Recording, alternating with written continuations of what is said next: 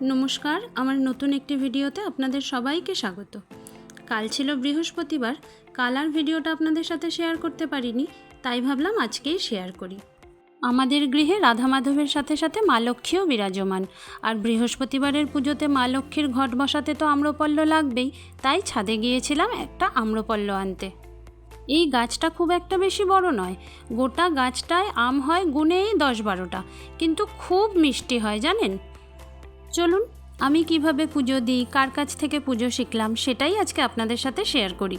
বৃহস্পতিবারে সব কিছুই তো একটু নতুন করে গুছিয়ে নিতে হয়, আমি সেটাই টুকটুক করে গুছিয়ে নিচ্ছিলাম। আজকে আর ধূপকাঠি দেব না, আজকে ধুনো দেব। ধুনোর গন্ধ আমার বেশ ভালো লাগে। আমি ছোটোবেলায় আমার দাদুকে পুজো দিতে দেখেছি, মানে আমার মায়ের বাবাকে। তারপর একটু বড় হওয়ার পর দেখতাম মাই পুজো দিতেন, তো আমি এই পুজো দেওয়ার পদ্ধতি আমার মায়ের থেকেই শিখেছি। ভগবানের স্নানের জলে এই অগৌর একটু মিশিয়ে দিলে কি সুন্দর গন্ধ হয় বলুন, মনে হয় যেন কোনো ঠাকুর বাড়িতে আছি। শিবলিঙ্গে জল দেওয়ার সময় আগে জল দিতে হয় শিবলিঙ্গের ডান দিকে, তারপর বাঁ দিকে, তারপর দিতে হয় মাঝে, তারপর ঘুরিয়ে। এই জলগুলো বিভিন্ন দেবতারা পেয়ে থাকেন, যেমন ডান দিকের জলটি পান গণেশ, বাঁ দিকেরটি কার্তিক, মাঝখানেরটি অমলা সুন্দরী, আর চারিদিকে ঘুরিয়ে পান দেবী পার্বতী। তারপর মহাদেবের মাথায় জল দিতে হয়। বাবা মহাদেবকে জল অর্পণের এই নিয়মটি আমাকে শিখিয়েছে আমার হাজব্যান্ড অভি। এখানে যদি আমার কোনো ভুল ত্রুটি হয়ে থাকে আমাকে অবশ্যই জানাবেন, কারণ ভুল ধরিয়ে না দিলে তো আর শেখা যায় না বলুন। এদিকে দেখুন, রাধা মাধব, লক্ষ্মী দেবী সকলেরই সাজ কমপ্লিট। আচ্ছা, লক্ষ্মী দেবীকে কি বৃহস্পতিবার ছাড়া নাড়ানো যায় না? এটা আমাকে একটু জানাবেন তো। আমরা আগে প্রত্যেক দিনই লক্ষ্মী দেবীর সাজ পরিবর্তন করে দিতাম, কিন্তু আমাদেরকে বারণ করায় আমরা এখন লক্ষ্মী দেবীকে শুধু বৃহস্পতিবার দিনই সাজ পরিবর্তন করে দিই। রাধা মাধবেরটা প্রত্যেক দিনই পরিবর্তন হয়, কিন্তু লক্ষ্মী দেবীরটা বৃহস্পতিবার ছাড়া আর করি না।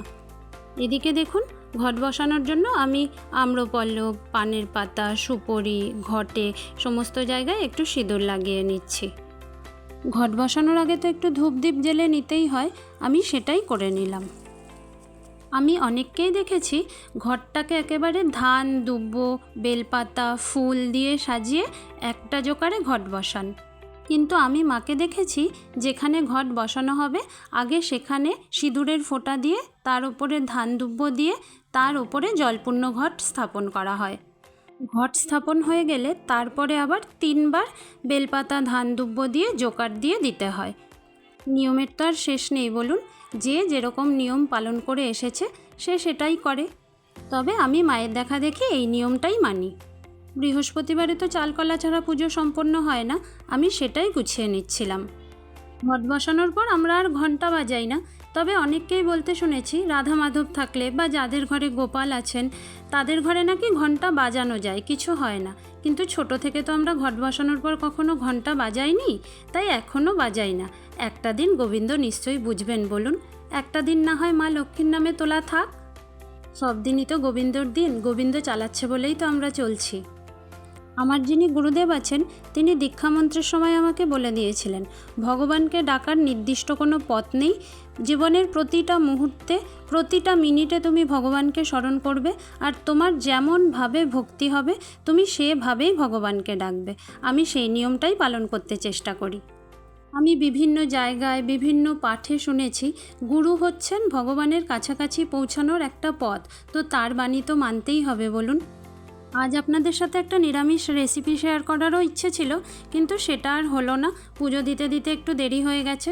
এদিকে ছেলেটাও ঘুমোচ্ছিল, ও যদি আবার উঠে যায় তাহলে আমি আর পুজোটা কমপ্লিট করতে পারবো না, তাই আর মায়ের ওই দিকে যাইনি।